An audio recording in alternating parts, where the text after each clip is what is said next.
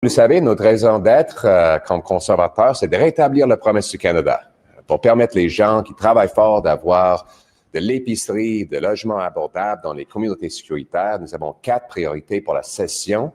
C'est d'augmenter le pouvoir d'achat des Canadiens avec moins de taxes, moins d'impôts, moins de coûts,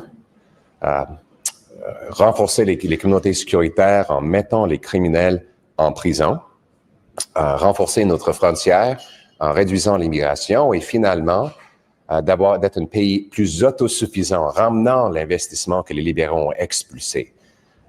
Malheureusement, M. Carney brise ses promesses et travaille à contresens. Ces belles promesses sont très, très belles.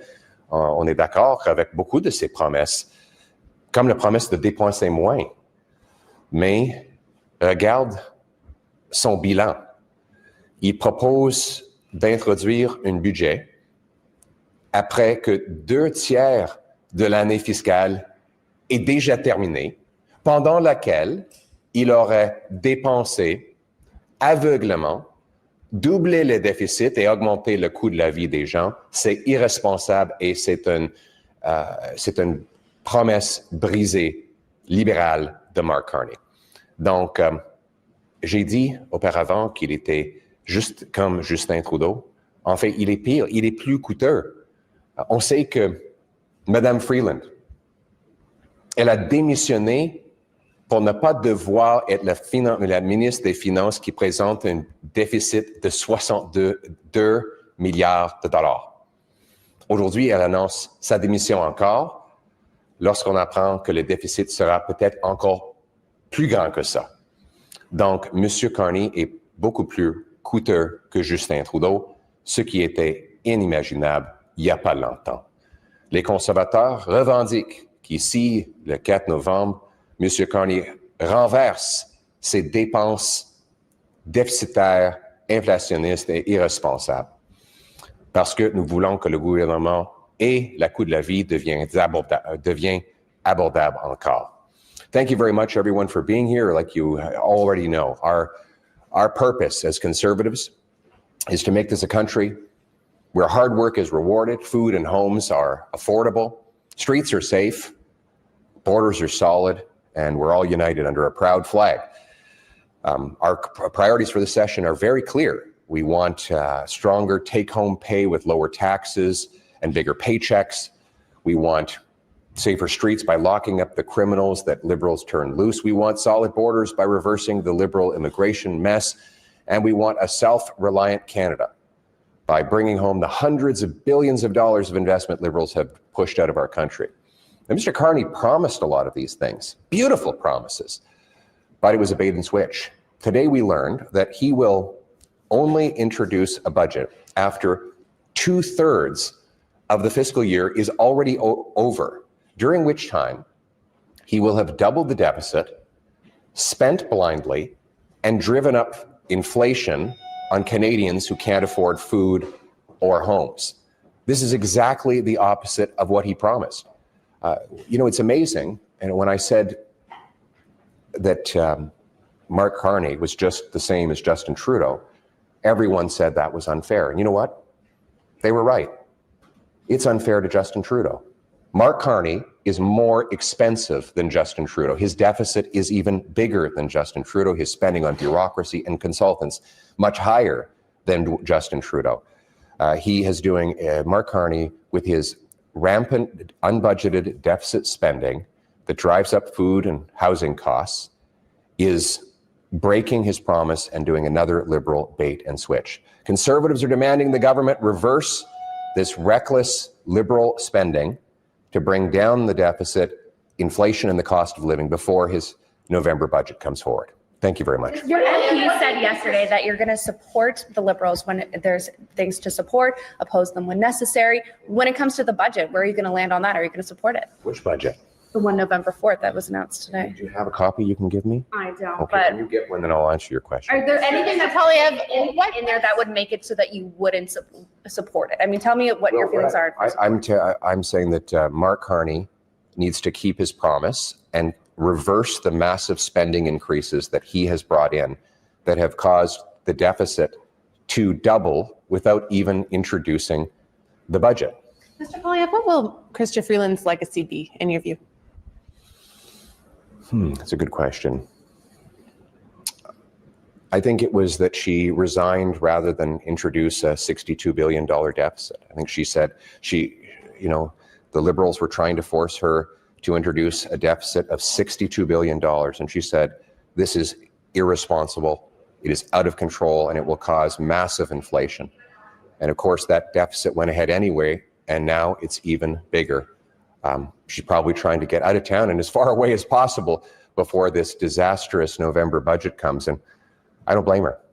Est-ce que, si le déficit là, approche les 90 milliards, comme certaines projections estiment, est-ce que selon vous, le Canada est à risque de perdre sa cote AAA? Oui, absolument. Parce que si on additionne la dette publique avec la dette privée, on est l'un des pays les plus endettés au monde par rapport au PIB. Donc, M. Carney, avec ses dépenses hors de contrôle, menace la sécurité économique de notre pays, en plus de causer une souffrance massive pour les gens qui ont de la misère à payer leurs factures. Premier Danielle Smith said that she thinks Ottawa is finally getting it when she saw the first 5 projects that were announced in that major list of ideas that might be approved. The first one was approved today. What do you make of Premier Smith's comments that she thinks Ottawa is doing the right thing on this list? Well, what we have is that after Liberals have blocked projects and driven $800 billion of investment out of our country over the last 10 years, Mark Carney has been even worse than Justin Trudeau. He's driven away another $62 billion of investment, and he keeping in place all of the anti-development laws that Liberals passed. It's incredible that the best he could come up with was to list 5 projects that were already approved, some of which were already under construction. And I was waiting for him to announce today that he was going to approve the construction of the St. Lawrence Seaway. On s'attend, M. Poilievre, à ce que le déficit soit important lors du budget. Est-ce que vous pensez que le gouvernement va se trouver, soit vous, soit le NPD, soit le Bloc, pour l'appuyer sur ce budget-là, ou s'il y a un déficit qui frôle les 100 milliards, personne ne pourra appuyer le gouvernement?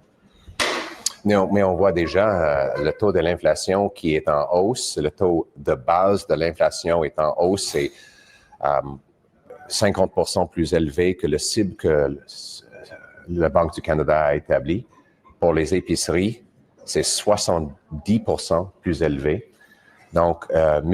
Carney aggrave l'inflation en gonflant le déficit, et c'est les Canadiens qui payent la facture. What do you think of the fact that Today as the first national major project? It was already approved. I think they re-announced a project that was already approved, and I announced my support for the Niska project. If you want to check my Twitter account, I announced my support for this project 3 years ago.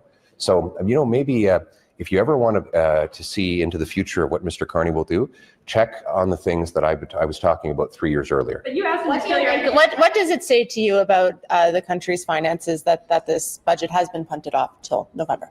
Yes. I want to add one more thing. I think I encourage him to approve all the LNG projects. We should have 15 of these things up and running. The Americans have 8. The Qataris have doubled their LNG production.